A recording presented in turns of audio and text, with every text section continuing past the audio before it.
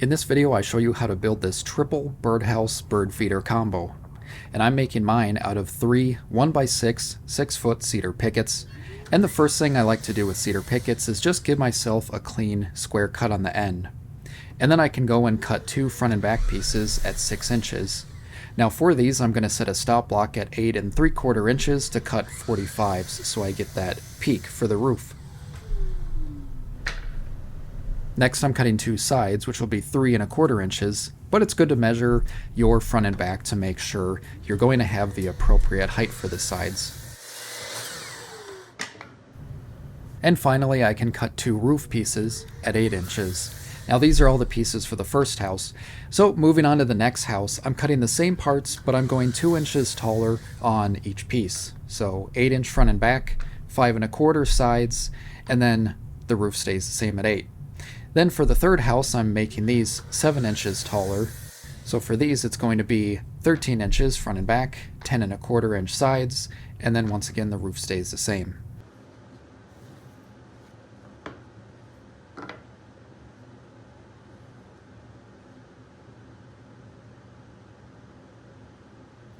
Cedar picket thickness can sometimes vary, so it's nice to cut out the bottoms after you get all the parts so you can measure each one individually. For mine, I'm cutting about 4.5-inch bottoms.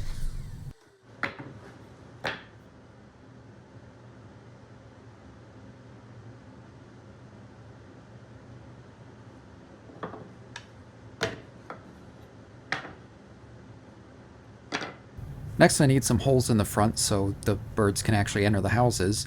I'm drilling out 1 1/4 inch holes. This can vary a lot depending on what species of bird you want in the house, so you're best doing some research on what birds are around your area and what they prefer.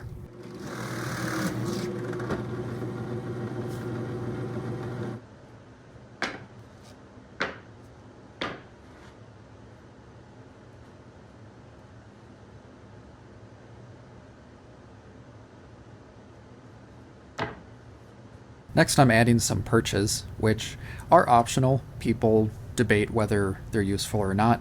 The birds in my yard seem to like them, so I'm drilling out 3/8 inch holes for some perch dowels.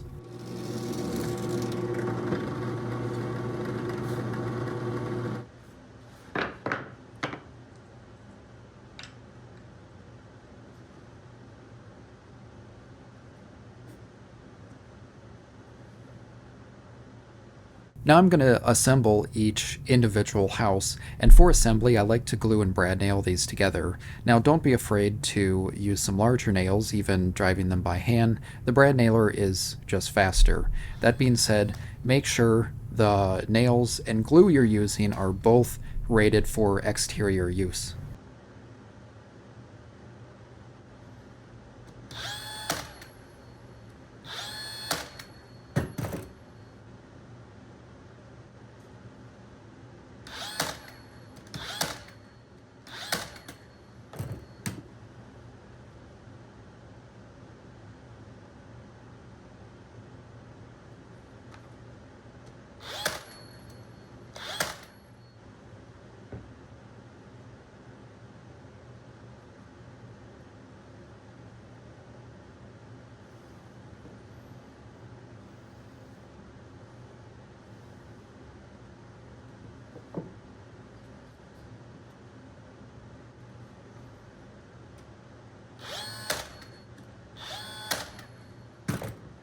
With the roof put together, you don't yet want to attach it to the birdhouse because assembly will be easier if you don't.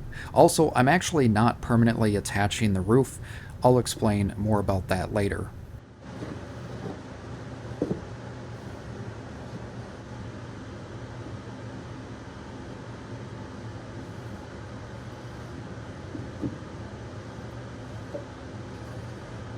Initially, I tried 12 inches of height instead of 13 for the front and back of the third house. This made the roof on the third house collide with the roof on the second. So to fix this, all I had to do is cut out a notch in the roof on the third house.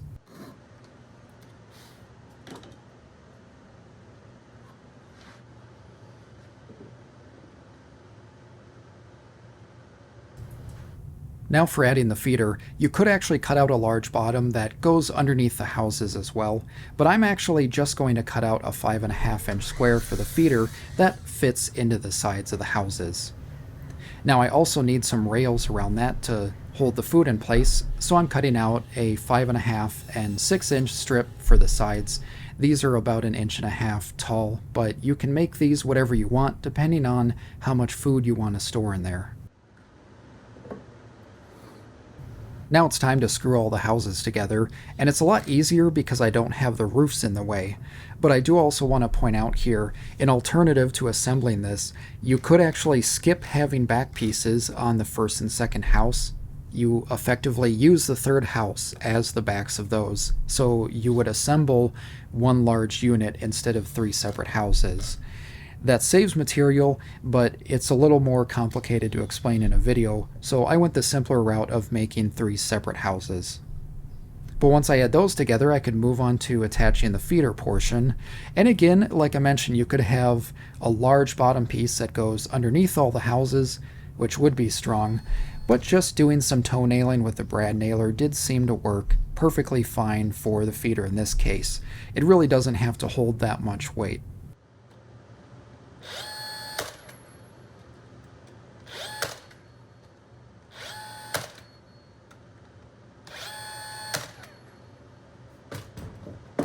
Now my last step here is attaching the roofs, and like I mentioned earlier, I'm only tacking these in place with a couple of brad nails, so if I ever have to, I can easily remove them.